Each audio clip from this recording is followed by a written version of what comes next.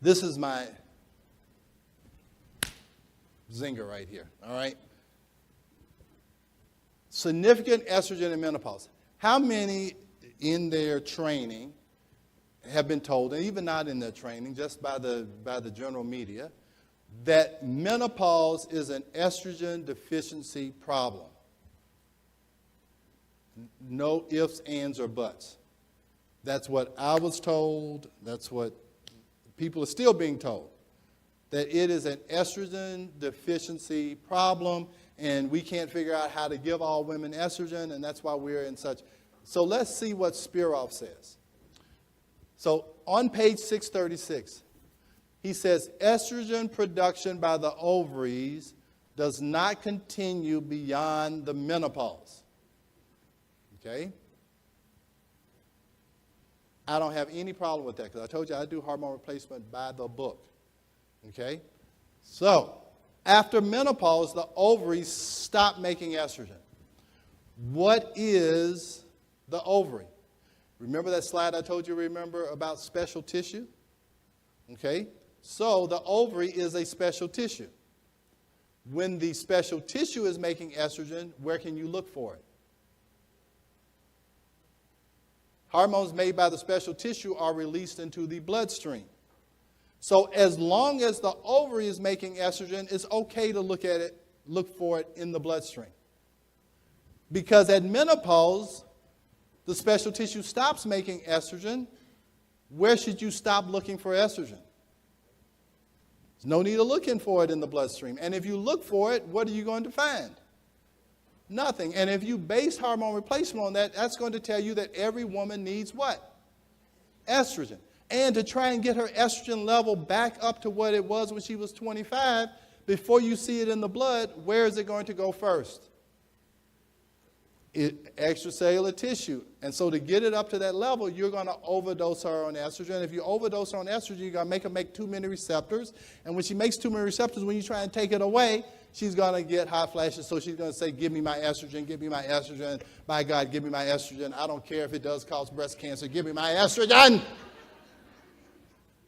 Right? And that's what happens.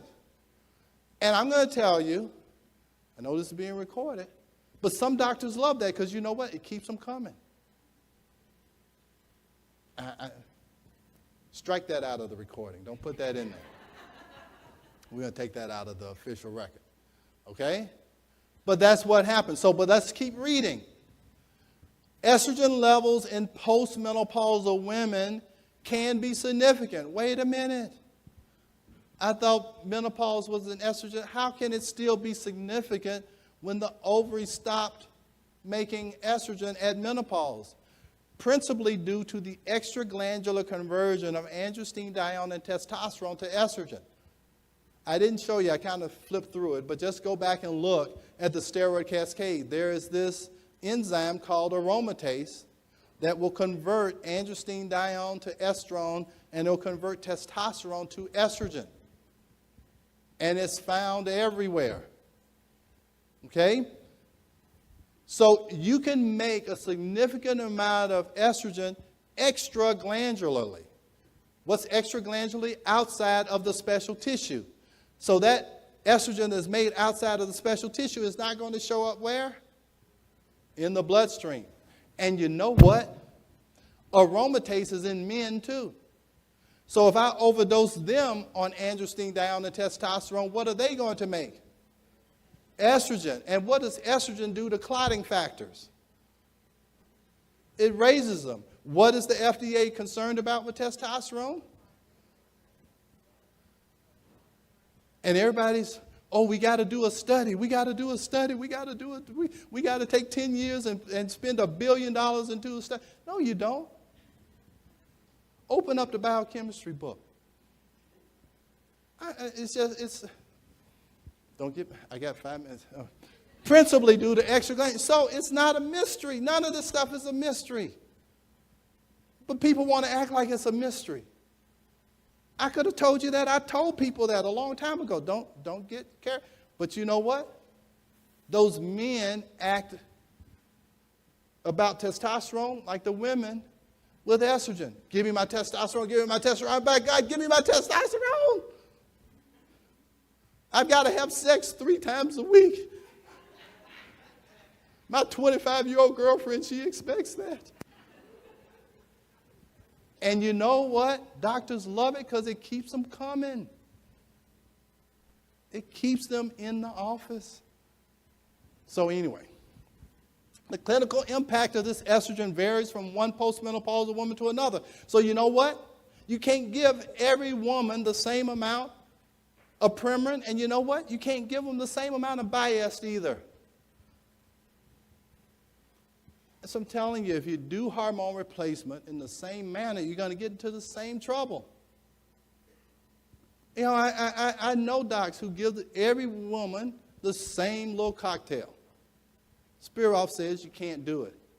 I might be stepping on people's toes, but I'm just telling you what Spiroff said. If you don't like it, call up Spiroff. He wrote the book. Okay?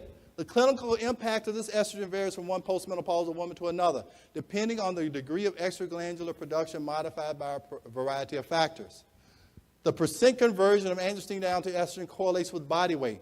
Increased production of estrogen from androstenedione down with increasing body weight is probably due to the ability of fat to aromatize androgens. This fact and a decrease in the levels of sex hormone binding globulin, and if you decrease the binding globulin, you're going to increase the free amount of estrogen or testosterone, either one, contribute to the well-known association between obesity and the development of endometrial cancer. Body weight, therefore, has a positive correlation with circulating levels of estrogen and estradiol. I'll tell you, patient walks into my office, I know whether or not they're going to need estrogen or not. If they're thin, probably they are. If they're not, they're probably are not going to need it. If they're thin, they probably are. If they're not thin, they probably are not going to need estrogen.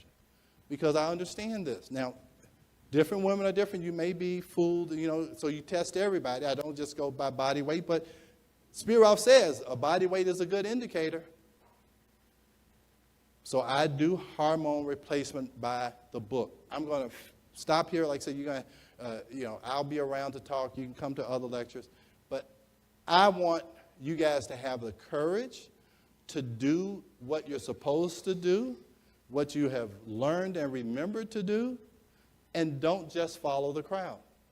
Because there is a big crowd. I didn't give you my caterpillar story, but there's a crowd of people out there giving a lot of hormones to a lot of people. And hormones make beta endorphins. They make patients feel better. And you can get patients hooked on feeling better, but to get the ultimate biologic response, you have to balance the actions of the hormones with their respective receptor. If you don't remember anything else I said, remember you have to balance the actions of the hormones with their respective receptors in order to get the ultimate biologic response. Okay?